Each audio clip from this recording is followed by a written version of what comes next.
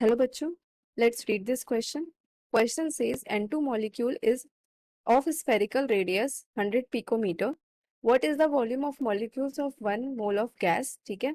Then we have to find out what is the value of van der Waals constant B. ठीक है, तो पहले तो हमें 1 मोल गैस मॉलिक्यूल का वॉल्यूम निकालना है. Then we have to find out van der Waals constant B. Radius कितना गिवन है 100 पिकोमीटर और हमारा जो मॉलिक्यूल है उसको हमें स्फेरिकल कंसीडर करना है. ठीक है, we have to use 4/3 pi value as 4.2 and Avogadro's number को हम 6 into 10 raised to the power 23 लेंगे. Okay, first of all let's see the key concept. की कॉन्सेप्ट में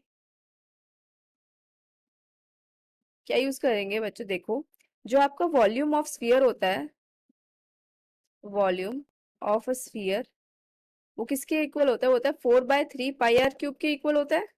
ठीक है, आर हमारा रेडियस है और 4/3 पाई की वैल्यू क्या लेनी है? 4.2. तो मेरा वॉल्यूम कितना हो जाएगा? 4.2 इंटू रेडियस का क्यूब. ठीक है, अब देखो आपका रेडियस जो गिवन है वो है 100 पिकोमीटर. पिको की वैल्यू क्या होती है? 10 रेज़ टू द पावर -12. तो ये हो जाएगा 100 into 10 raise to the power -12 metre.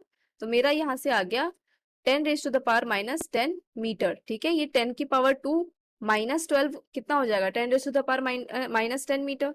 ये आ गया आपका रेडियस का वैल्यू.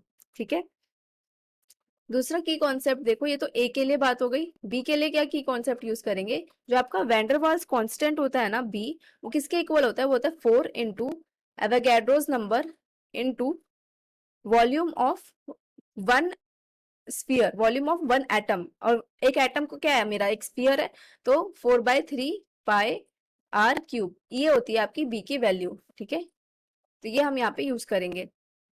देखो अब सॉल्यूशन ए को सॉल्व करते हैं पहले. अगर मैं बोलूं वॉल्यूम ऑफ 1 एटम, और एटम कैसा है मेरा? स्फेरिकल, तो ये कितना हो गया मेरा?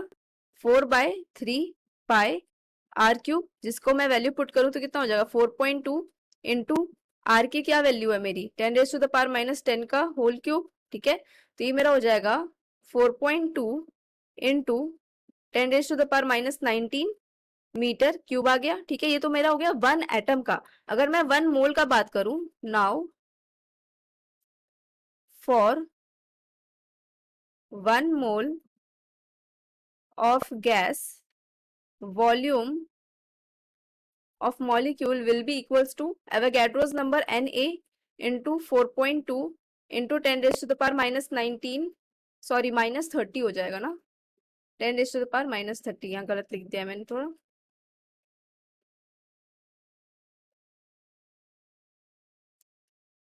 10 raised to the power -30 cube है ना. तो ये तो मेरा क्या हो जाएगा? 1 मोल गैस का मॉलिक्यूल, 1 एटम का तो इतना है, तो 1 मोल का कितना हो जाएगा? Na into 4.2 into 10 raise to the power -30, यानी कि Avogadro's number into volume of 1 atom. क्योंकि 1 मोल गैस में कितने एटम्स होते हैं? 6 into 10 raise to the power 23 atoms होते हैं. तो ये मेरा आ जाएगा 6 into 4.2 into 10 raise to the power -30 into 10 raise to the power 23 metre cube, है ना.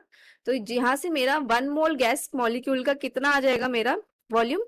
25.23 into 10 raise to the power -7 metre cube.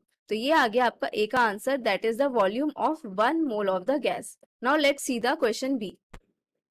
क्या बोला था मैंने? वैन डर वाल्स कांस्टेंट क्या होता है? 4 into Avogadro's number into 4/3 pi r cube, ये होता है आपका. ठीक है, वैल्यूज पुट कर दो. बी क्या हो जाएगा? 4 इंटू Na कितना है आपका? 6 into 10 raise to the power 23 लेना है.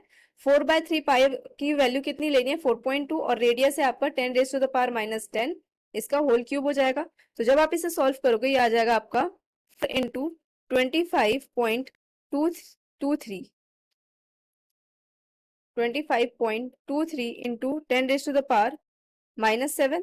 तो बी आ जाएगा आपका 11.009 into 10 raise to the power -5 metre cube mole inverse. ये आ जाएगी आपकी बी की value, that is van der Waals constant B की वैल्यू. ये क्या होता है? आपका वॉल्यूम करेक्शन का यूनिट होता है, सॉरी वॉल्यूम करेक्शन का एक्सप्रेशन होता है, volume correction. So this is your final answer. Hope you understood it well. Best of luck.